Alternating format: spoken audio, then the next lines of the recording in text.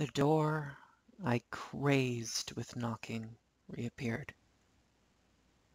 A transitory door, lit on the wall, drenched radiant orange, ablaze beyond the bed, a millimeter depth of red, painted in a nearby universe. The soft gray afternoon lay muffled, hushed, dark heaven hidden behind. A nurse materialized and dematerialized. The sunset sank its heat into the wall. I sat beside him, dozing in my coat, our hands entwined, my chin sunk to my chest, a sentinel, my vigil overcome, the password lost, a ring of useless keys had fallen from my hand, but never mind. Those keys were melted down from other locks, and locks from other keys, fifth surgery of 5, the final one I argued for, though one by one the locks were bolted shut. A sentinel, my vigil overcome, but where and to what end, and guarding what? A sunset-painted door, with long-lost keys left hanging in a conjured iron ring, with blowing ribbons, just this moment blown, and drops of opiates, 3-fold, 4-fold, 5. Door to the house where no one ever died, with countless rings of keys and iron locks and bolts that multiplied and multiplied. My vigil overcome.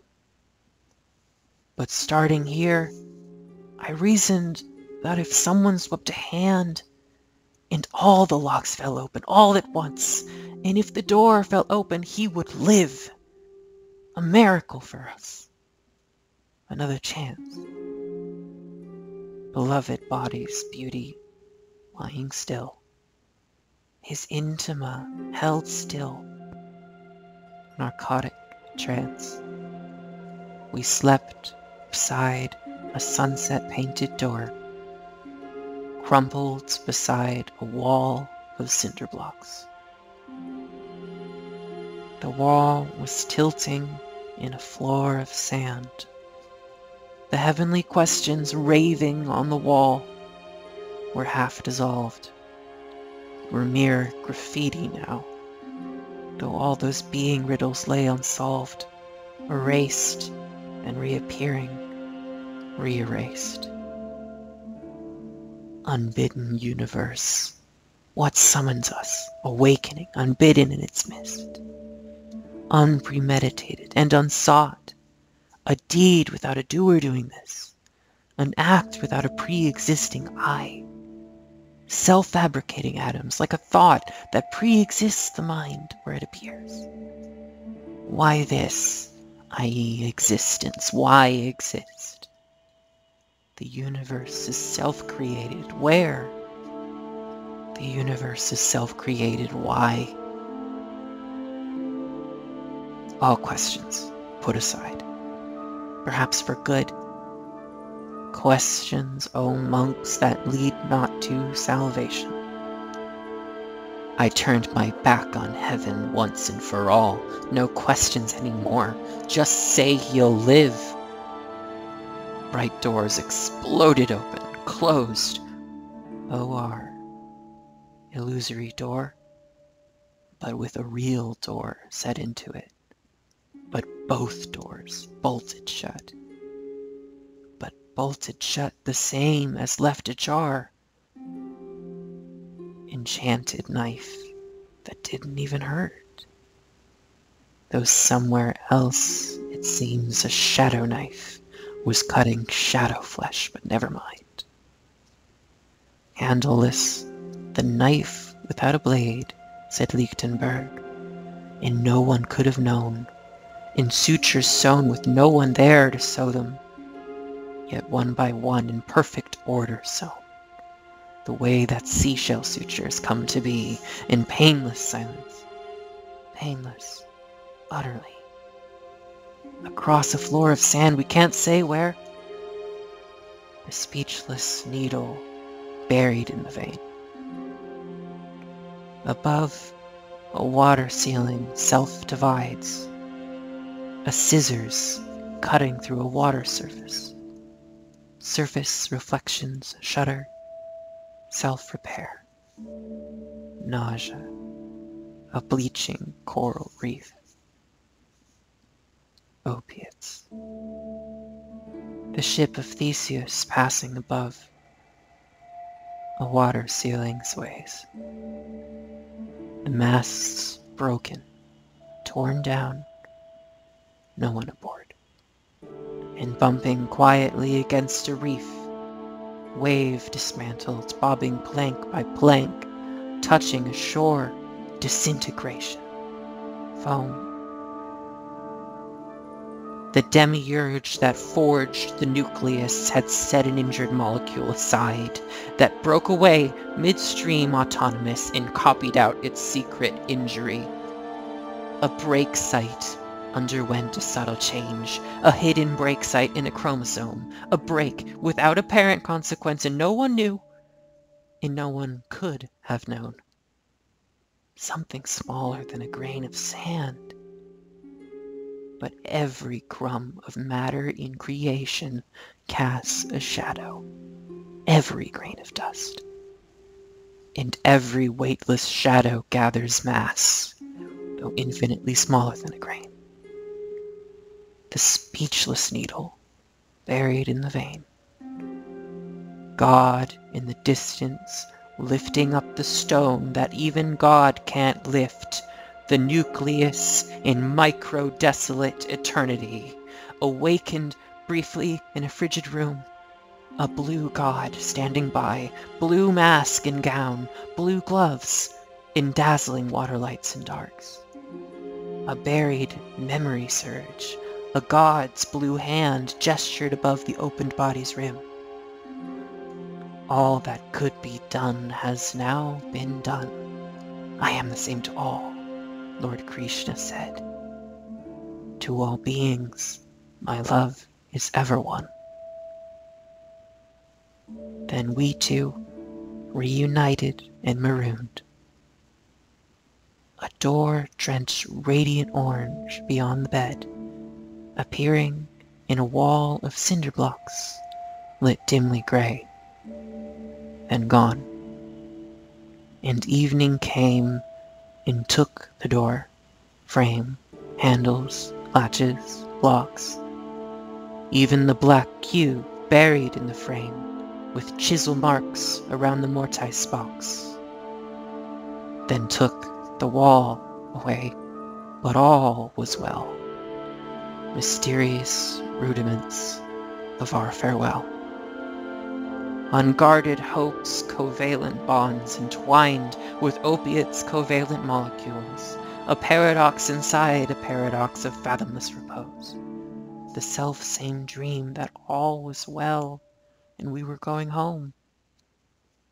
But first it was imperative to find the house where no beloved ever died. And when you find it, I'll restore his life. We slept beside a bleaching coral reef, the walls around us creaking to and fro, and leaking light, bright water streaming through from ceiling-lit fluorescence in the hall. Receding plains, in looming gray-lit rooms, in coral vaults how many stories high, a rain-swept mosque anchored by semi-domes, a distant crown of 40 window jewels, the windows open to the elements, in transepts north and south and east and west, and rain was blowing through the vestibules, and exedrae in wings under a spell of doors that multiply and multiply. A bleaching coral reef with pockmarked walls and shining heaps of gouged out tesserae, like seashell litter, slowly ground to sand in violet blue and white and basalt green. Vermilion mica leaf along the floors like X mosaics chiseled from the walls, or future pictures still to be installed with drops of Sublimaze. I thought he stirred.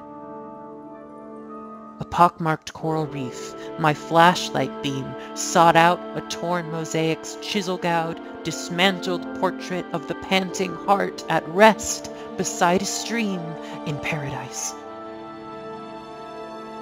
A tongue was lapping water audibly behind the veil of a dreadful thirst. My magic stag lay in a trance induced, driven to panting foam, and scrambling his legs to try to lift his head to drink. I scrambled to my feet and swayed, perplexed, beloved body's beauty lying still. I pressed an ice-soaked sponge against his lips. He thanked me, even then. Oh, say not so. I thought I stood beside his crumpled form, holding an arrow broken from his side. My fingers touched the dressing of his wound. A shaking fever, streaming flanks. I thought I held a broken arrow, petrified.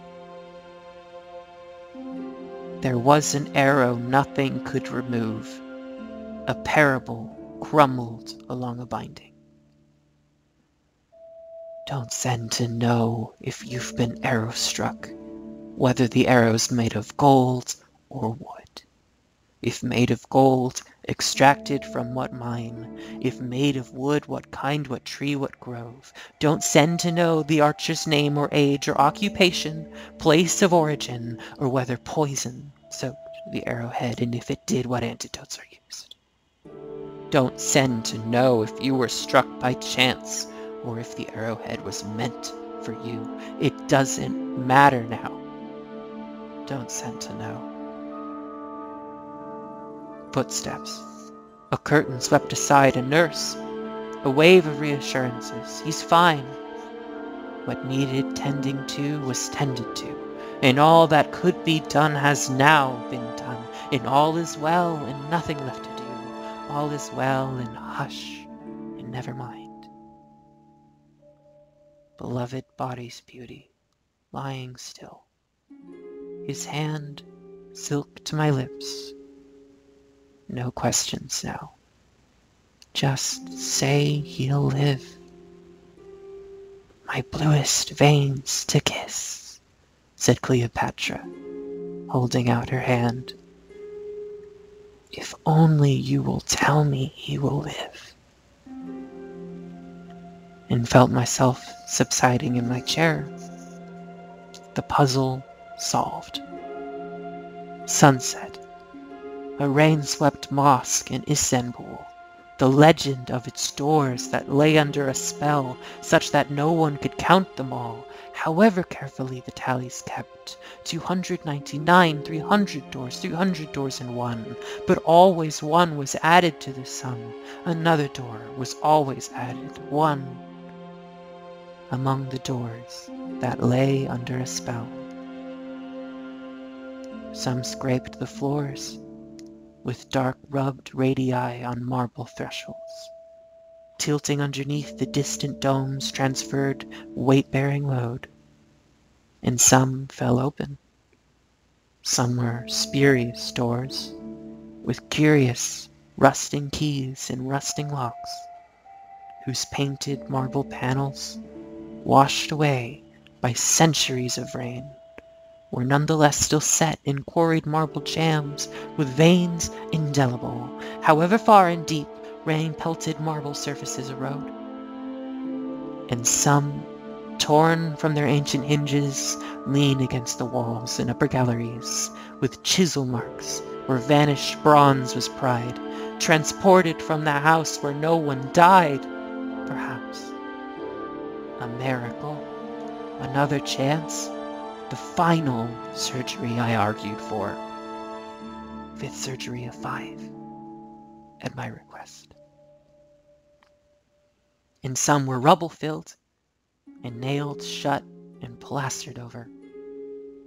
Ghost doors showing through, high up on 2nd-story walls, mid-air, implying long demolished balconies.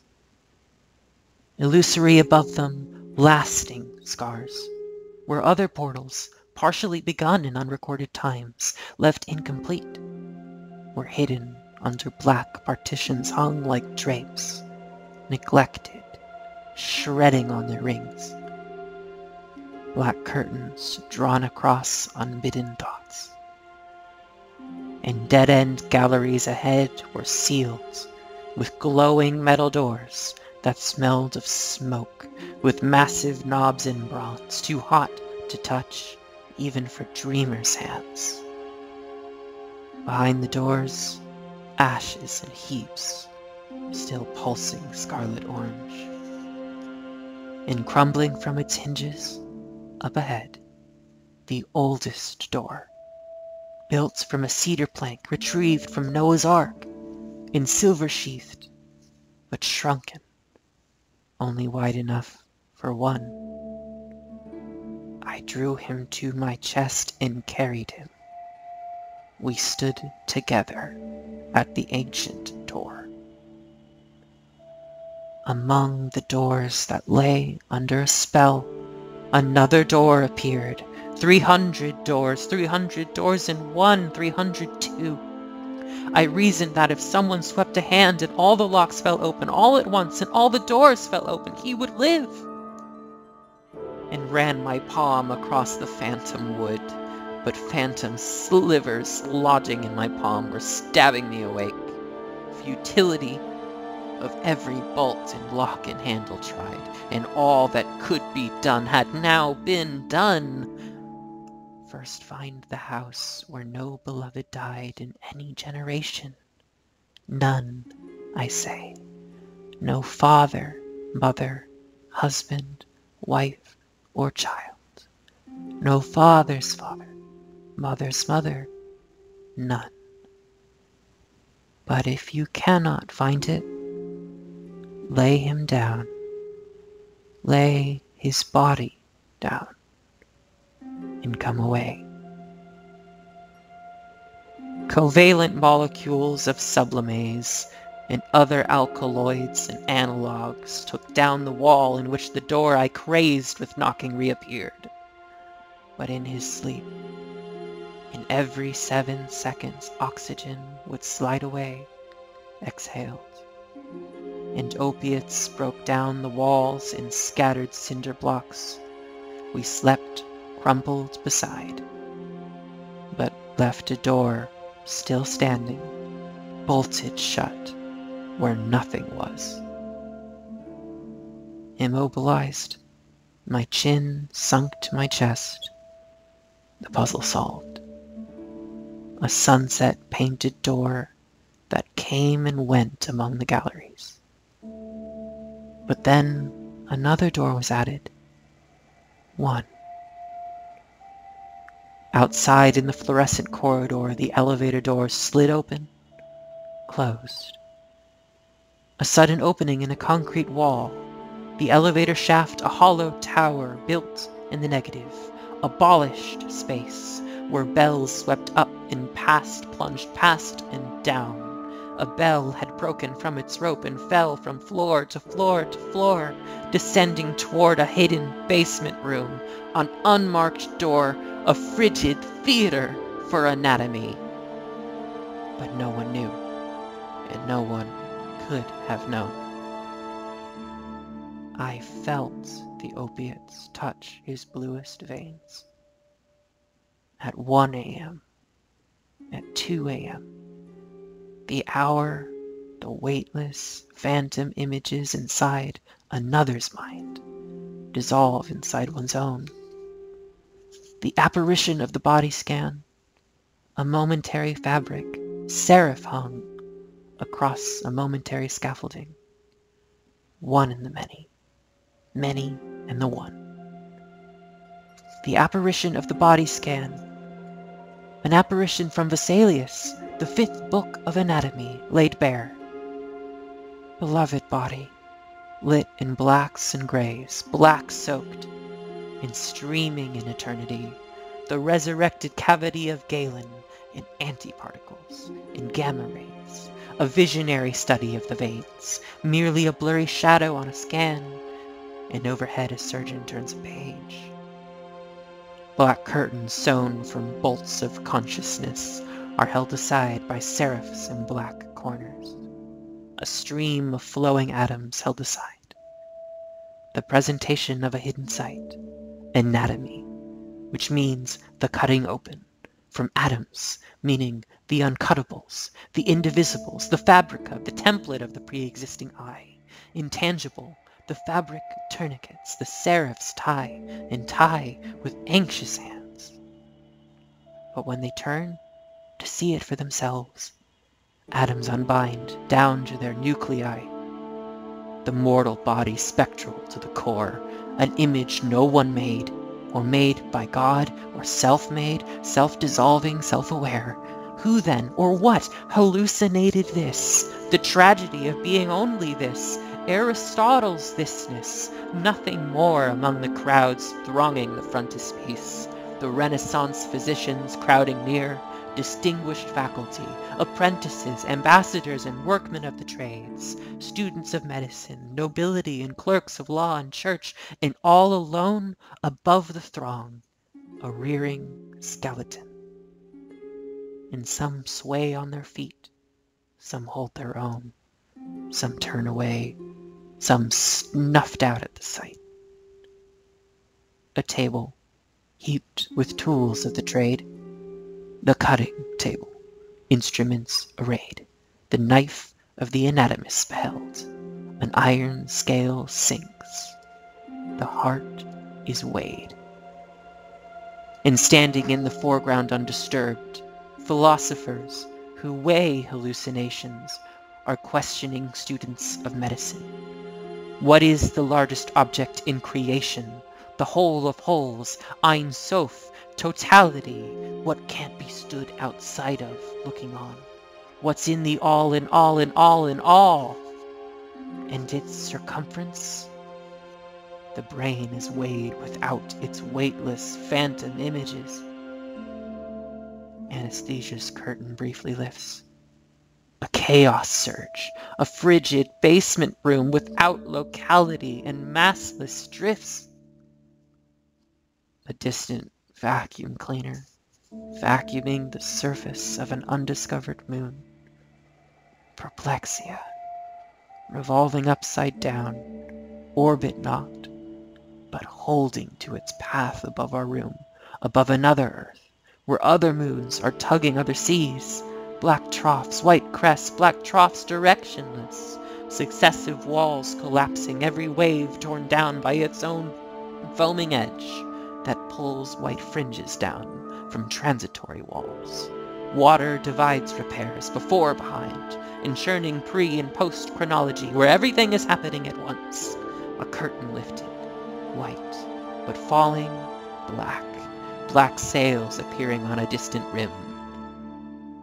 There will be other ships of Theseus, mirage-like, on the rims of distant gulfs, gliding in silence under other cliffs.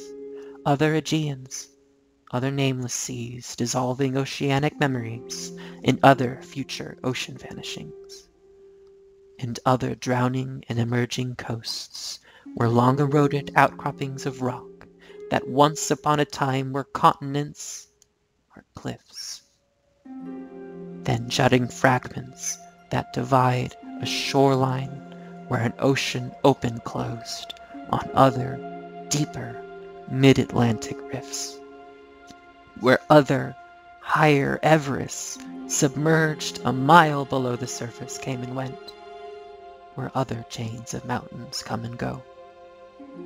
And other earths with other molten cores, other beginnings, other long-lost ends in other times, in other firmaments, before behind. A ship of Theseus, mirage-like on a distant rim appears. Black troughs, white crests, black troughs, directionless, touching a shore, disintegration, foam. Wherever sleep has taken us, we stir, surprised. The sunlight raging in our faces, recalling where we are, but both alive. His smile, igniting, happy, let's go home. And drowsing near me, reaches for my hand, the room alight. Weightless prisms spill across the ceiling, scattering from my ring and quiver, multiplying, self-disclosed. The chains of planets flow and disappear, fan out, then disappear, fan out again, eternities released from snares of jinns. Only if a self, located in one possible world, can synthesize itself long distance in another world to be a non-self there. The morning nurse arrives, all gentle comfort, asking how he feels, and hangs a vacuum sack of liquid drugs above his head, and double-checks the line, and brings fresh ice with soaking sponges fixed to plastic wands for me to swab his lips, and says, no sips allowed, and says that we're awaiting lab results, no word so far, and scribbles notes, and says he's doing fine. Trembling prisms hang among her words. Venus, Earth, and Mars, the surgeon can't be here until tonight to meet with you. I twist my ring, and weightless prisms spill across the ceiling. Gathered overhead, the planets tremble. Trembling violet blue, and trembling yellow green, and trembling red.